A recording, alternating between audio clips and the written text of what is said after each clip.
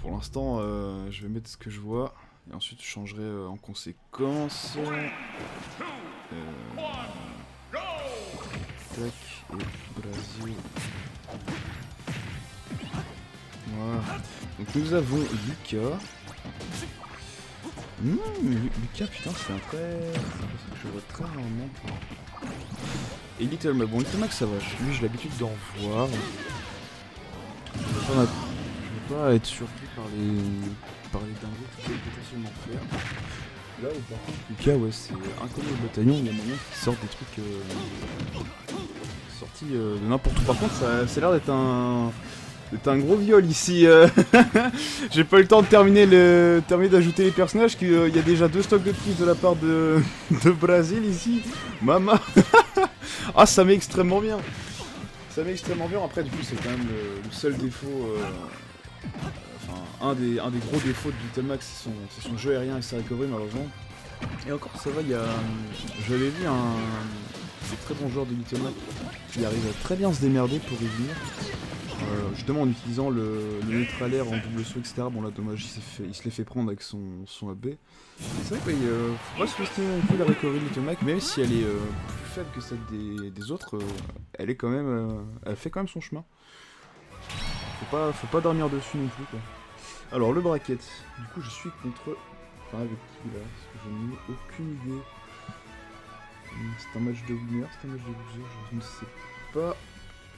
Ah, donc Diddy Kong. Ah, ok, c'est bon. Donc c'est vraiment son vrai pseudo. Donc, par contre, il faudrait peut-être que je mette son pseudo. Voilà, save Diddy Kong.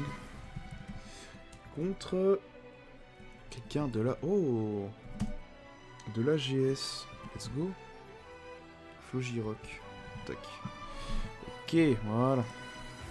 Donc, SF. Diddy Kong contre GS. Ah, c'est pas grave.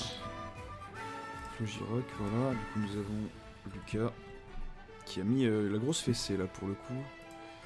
Et du coup, Little Mac.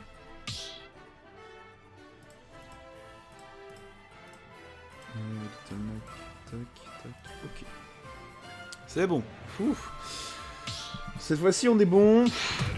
Du moins je l'espère, mais normalement on devrait pas avoir de problème. On a les bons persos, on a les bons pseudos, c'est bon. Et on est parti pour cette game 2 de la winner round 2, ça je vais le changer instantanément, tac, voilà. Ok, normalement je suis bon dans dessous. Ok, c'est vrai que c'est très atypique comme sortir un Little Mac comme ça.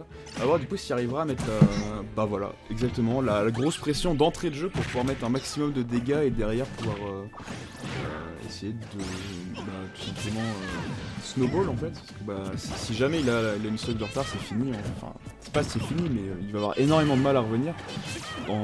Là où du coup les autres personnes ont plus de facilité, on va dire. Même si du coup il y a quand même le Q-Punch qui vient ici d'être raté, hein, clairement. Bon, un petit fortit ici pour t'envoyer en face de l'edge trap directement, et puis là bah voilà forcément. On va pummel. Et après je sais pas ce qu'il pourra faire d'autre. Je connais pas vraiment ses throws à Little Mac, donc pour le coup je n'en ai aucune idée de ce que ça peut donner offstage en tout cas, enfin s'il fait une backthrow. Si c'est la même backthrow que Roy, bon bah désolé à toi, bref, on est ensemble. Sauf que moi j'ai un peu plus de backthrow ici qui vient de sceller la première stock de Diddy. Oula attendez, what? Je me suis trompé? Ah non, c'est bien ça. C'est bien ça, c'est bien ça. Ok, au moins ça se laisse pas faire. En même temps, en début de partie, hein, le gros Shibari qui a fait plaisir. Par contre, forcément, le counter ici en plein neutral, bon, au moins la punish n'a pas été très sévère, mais c'est vrai que ça aurait pu être très catastrophique. Et voilà, forcément, le stall qui a été puni avec ce down smash, forcément. Et là, bah, faut continuer d'y aller, hein, clairement. Coup dur. C'est un peu compliqué, forcément, de revenir avec ce personnage. Je crois que les stocks vont partir. Oh!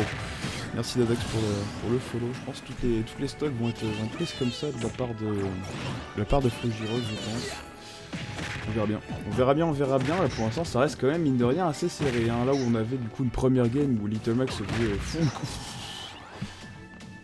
full envoyé off stage et du coup Gimp à 0% parce que du coup on avait beaucoup pas top. Là ça va, ça reste quand même. Ça se rend les coups, le KO qui est chargé, il y a moyen de terminer la game là-dessus, clairement si la raid est trouvée, la pression est faite.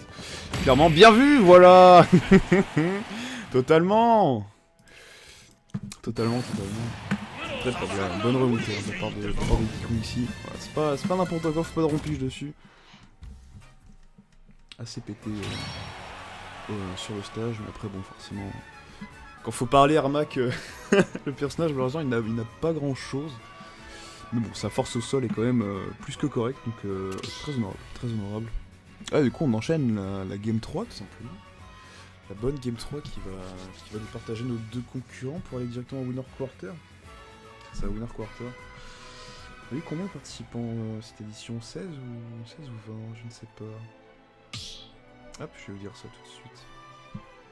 25, bah écoutez, propre. Propre. Tac, voilà. Ici que ça commence à tomber la pelouse. Hop. Je vais fermer la fenêtre, voilà. Ok. Tac, je vais ouvrir Discord de mon côté. Et on part sur Yoshi Story. C'est un pic de Flow Giro. En même temps, tu m'étonnes, hein. Là, mettre des triplates, mama. Ah, bon, mon Discord vient de s'ouvrir. Ok, bonjour. J'aimerais récupérer le fil du coup. C'est bon. Ok. Tac. C'est vrai que là, du coup, ça peut être. C'est clairement le meilleur choix. Hein. Là, Yoshi Story, on se met bien. Après. J'aurais peut-être pas pensé à Yoshi Story pour le coup, parce que derrière on peut. Il y a moyen que Diddy Kong utilise son wall jump tout simplement pour revenir off stage. Ça lui donne un outil supplémentaire. Et derrière, il y a les. Après voilà, derrière on a quand même les plateformes et des zones très courtes pour pouvoir camper un maximum de Little Mac, et au moment de le tuer, ça sera plutôt facile.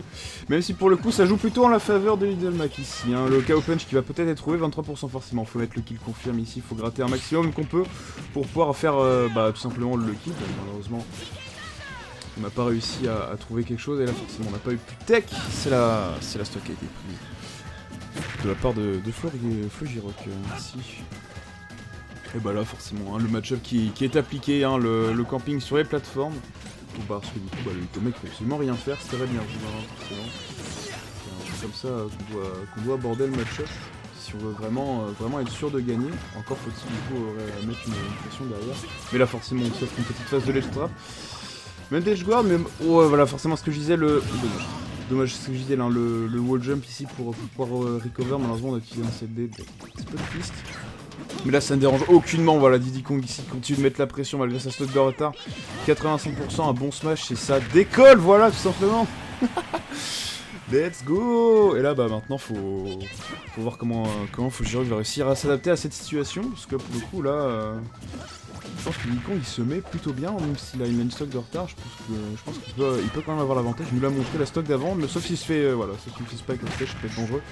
Mais là forcément, en face de l'edge trap, il nous proposer le edge stall forcément qui va être annulé de la part de Fujiro, qui n'a pas fait de attaque. Comme ça qu'on enlève de là, mais bon ça suffit. Donc vraiment, par contre forcément le off smash of Yoshi, ça peut être dangereux. Ça peut être dangereux là malheureusement, forcément.